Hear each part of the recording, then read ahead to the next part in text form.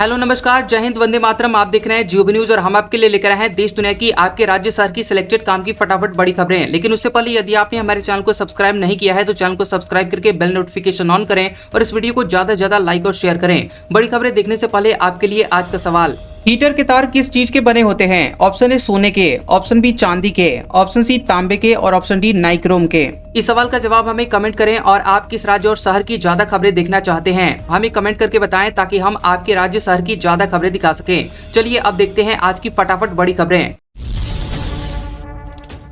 Commercial cylinder 44.50 रुपए हुआ सस्ता, कार खरीदना हुआ महंगा, यूनिफाइड पेंशन स्कीम शुरू, 1 अप्रैल से हुए हैं 10 बड़े बदलाव। नया महीना यानी अप्रैल अपने साथ कई बदलाव लेकर आया है। अब 12 लाख रुपए तक की कमाई पर टैक्स नहीं देना पड़ेगा। इसके अलावा मारुति सुजुकी, टाटा मोटर्स, किया इंडिया, हुंडई इंडिया और होंडा की गाड़ियों के दाम बढ़ा दिए गए हैं। बता दें आपको कि कमर्शियल सिलेंडर 44.50 रुपए सस्ता हुआ है। वहीं दिल्ली में इसकी कीमत 41 रुपए घटकर 1762 रुपए हो गई है। पहले ये 1803 रुपए में मिल रहा था। कोलकाता में ये 44.50 रुपए घटकर 1868 रुपए 50 पैसे में मिल रहा है। पहले इसके दाम 1913 रुपए थे। वहीं आपको बता दें कि अब न्यू इनकम टैक्स रिजीम के तहत 12 लाख रुपए तक की कमाई पर कोई टैक्स नहीं देना पड़ेगा। नौकरी पेशा लोगों के लिए 75,000 रुपए के स्टैंडर्ड डिडक्शन के साथ ये छूट 12,75,000 रुपए हो जाएगी। वहीं सरकार ने न्यू टैक्स रिजीम के स्लैब में भी बदलाव किया है। पुरानी टैक्स रिजीम में कोई बदलाव नहीं किया गया है। सरकार द्वारा महिलाओं के लिए चलाई जा रही खास इन्वेस्टमेंट स्कीम महिला सम्मान सेविंग सर्टिफिकेट बंद हो गई है। इस स्कीम की डेडलाइन 31 मार्च 2025 थी। इस स्कीम में 7.5% सालाना ब्याज दिया जाता था और इसमें कम से कम 1,000 रुपए से लेकर अधिकतम 2 लाख रुपए तक का निवेश 2 साल के लिए करना होता है। मारुति सुजुकी, टाटा मोटर्स, किया इंडिया, हुंडई इंडिया और होंडा कोर्स ने अपनी गाड़ियों की कीमतें बढ़ा दी हैं। मारुति सुजुकी की गाड़ियां 4% तक महंगी हो गई हैं और ये मॉडल के आधार पर अलग अलग होगी। वहीं अगर आप यूपीआई से ट्रांजैक्शन करते हैं और बैंक से लिंक्ड आपका मोबाइल नंबर लंबे समय से इनएक्टिव है तो इस नंबर पर यूपीआई के इस्तेमाल आप नहीं कर पाएंगे। ऐसे नंबरों को यूपीआई सिस्टम से हटा दिया जाएगा, तो ऐसे में आपको पेमेंट करने में परेशानी हो सकती है। वहीं इसके अलावा वरिष्ठ नागरिकों को बैंक और पोस्ट ऑफिस के ब्याज से होने वाली कमाई पर मिलने वाली टैक्स छूट को 50,000 रुपए से बढ़ाकर 1 लाख रुपए किया गया है। यानी कि अब ब्याज की इनकम पर वरिष्ठ नागरिकों को 1 लाख रुपए तक की राहत मिलेगी। नेशनल पेंशन स्कीम यानी एनपीएस के तहत आने वाले केंद्रीय कर्मचारी अब यूनिफाइड पेंशन स्कीम यानी यूपीएस का फायदा ले सकते हैं। इस स्कीम में कम से कम 25 साल की सर्विस वाले कर्मचारी अपने अंतिम 12 महीनों के औसत मूल वेतन के 50% के बराबर पेंशन के लिए पात्र होंगे और इसमें न्यूनतम पेंशन 10,000 रुपए महीने की गारंटी भी है। यदि यूलिप यानी यूनिट लिंक्ड इंश्योरेंस प्लान का प्रीमियम प्रति वर्ष 2.5 लाख रुपए से अधिक है तो इसे कैपिटल एसेट माना जाएगा। ऐसे यूलिप को भुनाने से होने वाले किसी भी फायदे पर कैपिटल गेन टैक्स लगेगा। यूलिप एक ऐसा प्रोडक्ट है जिसमें प्रीमियम का एक हिस्सा शेयर बाजार में निवेश किया जाता है। SBI, Punjab national bank, Canara bank और कुछ अन्य बैंकों ने मिनिमम बैलेंस से जुड़े हुए कई नियमों में बदलाव किया है। अब यह बैलेंस इस बात पर निर्भर करता है कि आपका खाता शहरी, अर्ध शहरी या फिर ग्रामीण इलाके में है। आपको तय राशि से कम बैलेंस पर जुर्माना भी देना पड़ सकता है।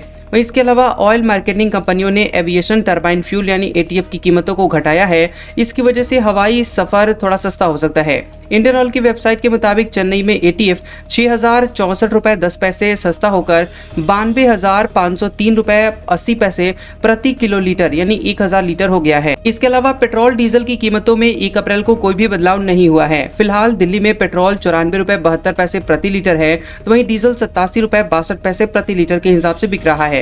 वहीं मुंबई में पेट्रोल 103 रुपए 44 पैसे और डीजल 89 रुपए 97 पैसे प्रति लीटर मिल रहा है। भजलाल सरकार ने 2% डीए बढ़ाया। 8 लाख कर्मचारियों और 4.40 लाख पेंशनर्स को होगा इसका लाभ। अब 55% मिलेगा। खबर है कि केंद्र के बाद अब राजस्थान की सरकार ने भी अपने कर्मचारियों और पेंशनर्स का महंगाई भत्ता यानी डीए बढ़ाने का फैसला किया है। मुख्यमंत्री भजलाल शर्मा ने 7वें वेतनमान का लाभ ले रहे कर्मचारियों के डीए में 2% की बढ़ोतरी को मंजूरी दी है। भजलाल शर्मा ने सोशल मीडिया पोस्ट के जरिए इसके बाद की जानकारी दी है। वहीं सीएम की मंजूरी के बाद वित्त विभाग ने इस बाबत आदेश भी जारी कर दिया है। कर्मचारियों और पेंशनर्स को यहां राजस्थान में 1 जनवरी से बढ़े हुए डीए का लाभ मिलेगा और इसका फायदा प्रदेश के 8 लाख कर्मचारियों और 4.40 लाख पेंशनर्स को होगा। वहीं 3 महीने का डीए कर्मचारियों के जीपीएफ खाते में जमा होगा। अप्रैल से बढ़े हुए डीए का नकद भुगतान होगा। एमपी में सरकारी कर्मचारियों का ट्रांसपोर्ट हाउस रेंट अलाउंस बढ़ा। 7.5 लाख लोगों को होगा इससे फायदा। कंपनियां बनाकर सरकार अब खुद चलाएगी बसें। खबर है कि मध्य प्रदेश के 7.5 लाख कर्मचारियों का परिवहन और गृह भाड़ा भत्ता यानी हाउस रेंट अलाउंस 15 साल बाद बढ़ाया गया है। अब कर्मचारियों को 200 रुपए की जगह पर 384 रुपए परिवहन भत्ता यानी ट्रांसपोर्ट अलाउंस दिया जाएगा। वहीं मोहन कैबिनेट ने इसको मंजूरी दी है। इसके साथ ही दिव्यांग कर्मचारियों का भत्ता भी 350 रुपए से बढ़ाकर 675 रुपए कर दिया गया है। इससे सरकार पर 1500 करोड़ रुपए का अतिरिक्त भार आएगा। वहीं सरकार ने मुख्यमंत्री सुगम परिवहन सेवा को भी मंजूरी दी है। अब एक से दूसरे और दूसरे राज्य तक सरकारी बसें चलाई जाएंगी। भाजपा के नए अध्यक्ष की घोषणा इसी महीने। अगले हफ्ते प्रदेश अध्यक्षों का चुनाव पूरा होगा। मोदी भागवत की मुलाकात के बाद कवायद हुई तेज। भाजपा को नया राष्ट्रीय अध्यक्ष इसी महीने मिल जाएगा। प्रधानमंत्री नरेंद्र मोदी के नागपुर दौरे के बाद चुनावी प्रक्रिया तेज हो गई है। वहीं सूत्रों के मुताबिक 30 मार्च को मोदी और संघ प्रमुख मोहन भागवत की मुलाकात में नए अध्यक्ष के नाम पर चर्चा हुई है। मोदी के नागपुर से लौटने के बाद पार्टी के वरिष्ठ नेताओं से भी बातचीत हुई है। प्रधानमंत्री ने वर्तमान अध्यक्ष जेपी नड्डा, अमित शाह, राजनाथ सिंह और संगठन महामंत्री BL संतोष से राज्यों के संगठनात्मक चुनाव पर चर्चा की है। सूत्रों के मुताबिक प्रधानमंत्री ने नड्डा और BL संतोष से कहा है कि इसी महीने भाजपा अध्यक्ष का चुनाव करें। भाजपा ने अब तक 13 राज्यों में प्रदेश अध्यक्ष चुन लिए हैं और राष्ट्रीय अध्यक्ष के चुनाव के लिए 19 राज्यों में चुनाव पूरे करने जरूरी है। वर्शिप एक्ट को चुनौती देने वाली याचिका खारिज। सुप्रीम कोर्ट ने कहा मामला लंबित चुनौती से अलग नहीं, धार्मिक स्थल की जांच कराने की मांग की गई थी। सुप्रीम कोर्ट ने प्लेसेस ऑफ वर्शिप विशेष प्रावधान एक्ट 1991 के प्रावधान की वैधता को चुनौती देने वाली याचिका को खारिज कर दिया है। ये एक्ट धार्मिक स्थलों उनके 15 अगस्त 1947 से पहले के स्वरूप में संरक्षित करता है। मामले की सुनवाई CJI संजीव खन्ना और जस्टिस संजय कुमार की बेंच ने की है। वहीं पीठ ने कहा है कि वर्तमान याचिका लंबित चुनौती याचिका से अलग नहीं है।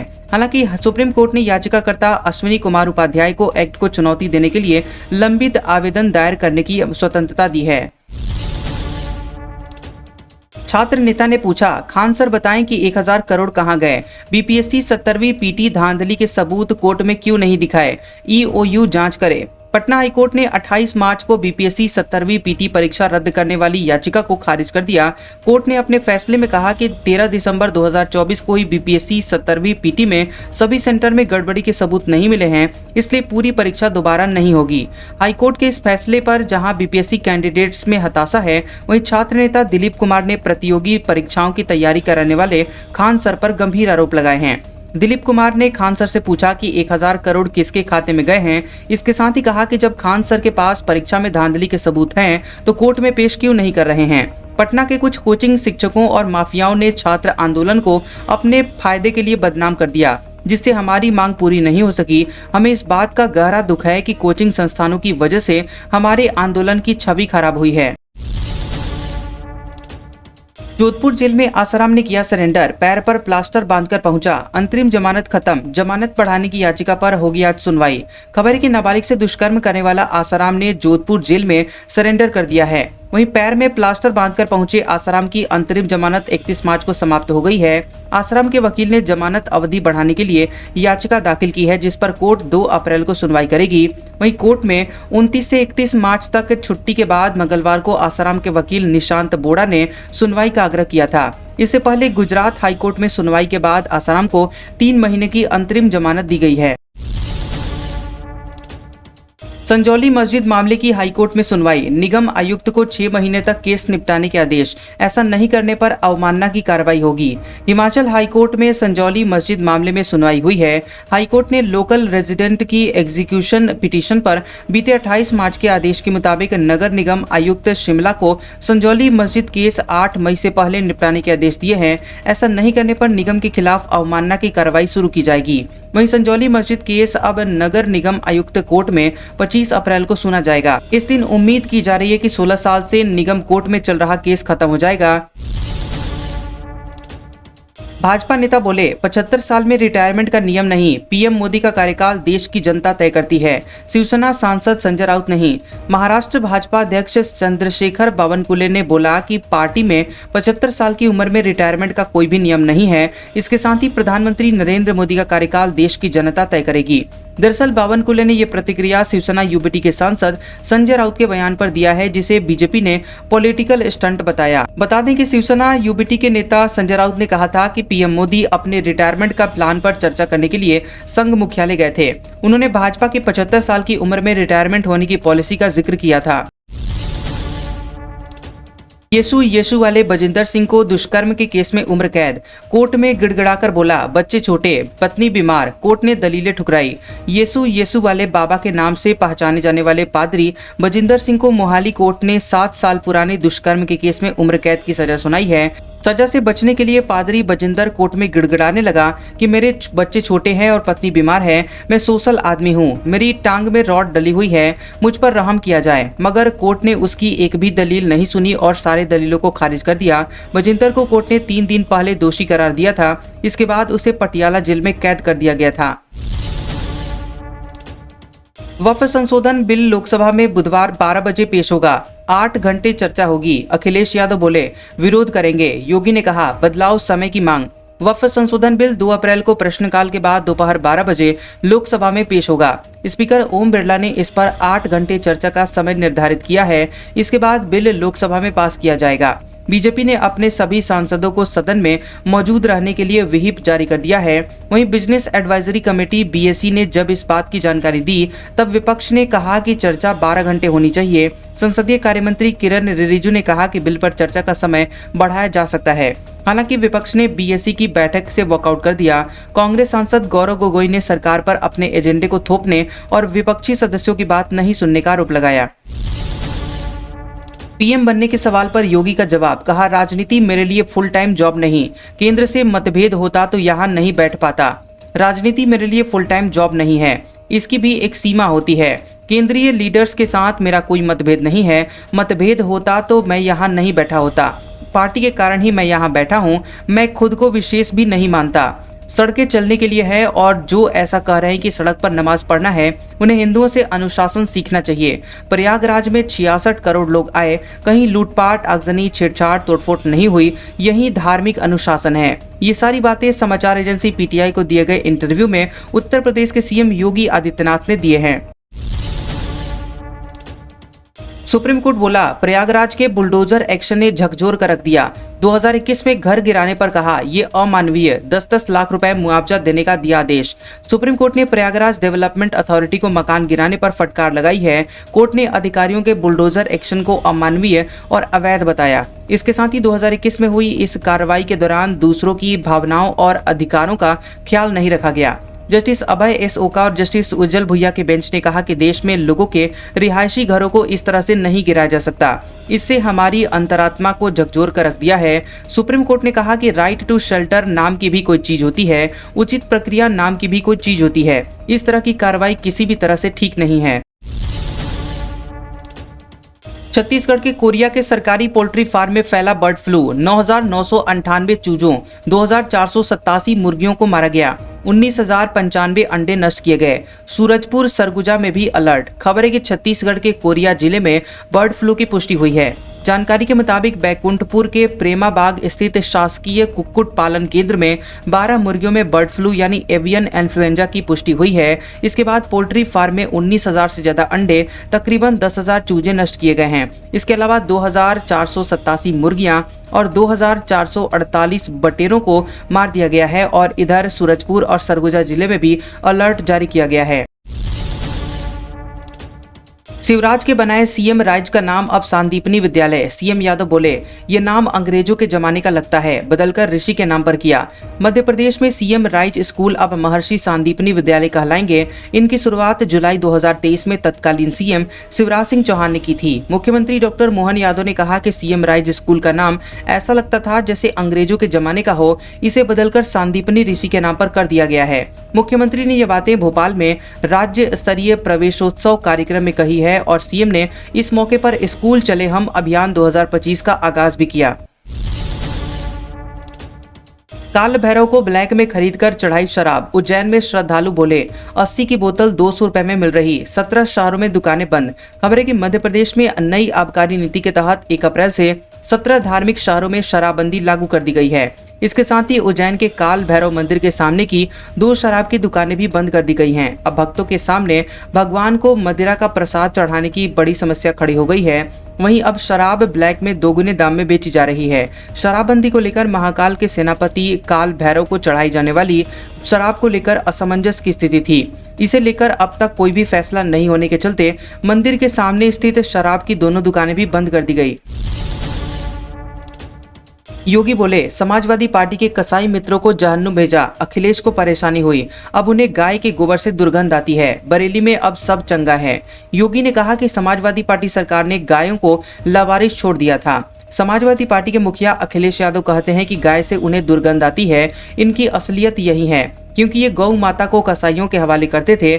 हमने कसाईयों को जब जहन्नुम की यात्रा पर भेजा तो इनको परेशानी हुई। कसाई जब जहन्नुम में चले गए तो राज्य सरकार 14 लाख गोवंश की देखभाल कर रही है। अन्य गोवंश को हमने अन्नदाताओं के हवाले कर दिया है। कहा है कि आप भी पालिए। एक गोवंश पर 1500 रुपए हम दे रहे हैं। अगर एक किसान 4 गोवंश पालता है तो उसे हम 6000 रुपए महीने दे रहे हैं। ये सारी बातें सीएम योगी आदित्यनाथ ने बरेली में कही हैं। योगी ने 932 करोड़ रुपए की 132 विकास परियोजनाओं का लोकार्पण और शिलान्यास किया। इसके साथ ही यूपी के लिए 2500 नई एम्बुलेंस को भी हरी झंडी दिखाई। सिविल लाइन स्थित बरेली कॉलेज मैदान में वो जनसभा को संबोधित कर रहे थे। इमरान खान दूसरी बार नोबेल पीस प्राइज के लिए नॉमिनेट। ह्यूमन राइट्स को बढ़ावा देने के लिए हुआ नामांकन। 2023 से जेल में है बंद। खबर है कि पाकिस्तान की जेल में बंद पूर्व प्रधानमंत्री इमरान खान को एक बार फिर से नोबेल पीस प्राइज के लिए नॉमिनेट किया गया है। पाकिस्तान में मानवाधिकारों और लोकतंत्र को बढ़ावा देने के लिए इमरान खान का नामांकन किया गया है। नॉर्वे की राजनीतिक पार्टी पार्टिएट सेंट्रम से जुड़े हुए पाकिस्तानी वर्ल्ड अलायंस ने इसकी घोषणा की है। ये नॉमिनेशन ऐसे समय में आया है जब इमरान खान राष्ट्रीय खजाने में गड़बड़ी करने के आरोप में 2023 से जेल में बंद हैं। म्यांमार भूकंप में मरने वाले लोगों का आंकड़ा 2700 के पास। 441 लोग अब भी लापता। 40 टन राहत सामग्री लेकर पहुंचे 3 भारतीय जहाज। म्यांमार में आए भीषण भूकंप में मरने वाले लोगों की संख्या बढ़कर 2719 हो गई है। सैन्य सरकार के मुताबिक ये आंकड़ा 3000 के पास जाने की आशंका है। वहीं घायलों की संख्या 4500 से ज्यादा हो गई है। 441 लोग अब भी लापता हैं। वहीं आपदा के बाद 7 दिन के राष्ट्रीय शोक की घोषणा की गई है। वहीं सैन्य सरकार के प्रवक्ता ने कहा कि हादसे में जान गंवाने वाले लोगों को श्रद्धांजलि देने के लिए 6 अप्रैल तक देश भर में राष्ट्रीय ध्वज आधे झुके रहेंगे। वहीं मंगलवार को भारतीय नौसेना के जहाज INS सतपुड़ा और INS सावित्री लगभग 40 टन राहत सामग्री लेकर यांगून पहुंचे और इससे पहले 30 मार्च को INS करमुक और LCU-52 श्री विजयपुरम से 30 टन राहत सामग्री के साथ रवाना हुए थे। ये भी आज यांगून पहुंच गए हैं।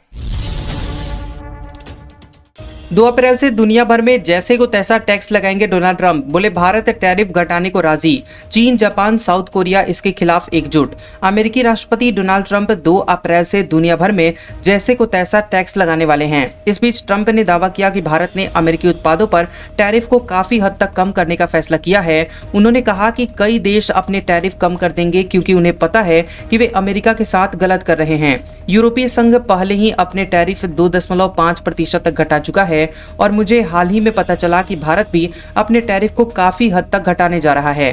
दरअसल ट्रंप ने 2 अप्रैल को मुक्ति दिवस यानी लिबरेशन डे का नाम दिया है और इसी दिन से वे भारत समेत कई अन्य देशों पर रेसिप्रोकल टैरिफ लगाने जा रहे हैं। आज का सुविचार, अगर आप में अकेले चलने का हौसला है तो खुद पर यकीन रखिए और अपने रास्ते चलते रहिए। भले ही आज आपके पीछे कोई न हो, पर एक दिन आपको सुनने के लिए हजारों लाखों की भीड़ होगी और आप सबका नेतृत्व कर रहे होंगे। कैसा लगा ये वीडियो हमें कमेंट सेक्शन में जरूर बताएं। वीडियो पसंद आया हो तो वीडियो को लाइक और शेयर करें और ऐसी इंटरेस्टिंग वीडियोस देखने के लिए हमारे चैनल GOB न्यूज को सब्सक्राइब करें और बेल आइकॉन को दबाएं। और हमारे ओल्ड और लेटेस्ट वीडियोस देखने के लिए हमारे प्लेलिस्ट और कम्युनिटी टैब को जरूर चेक करें। तो मिलते हैं अगले वीडियो में, तब तक के लिए आपका शुक्रिया।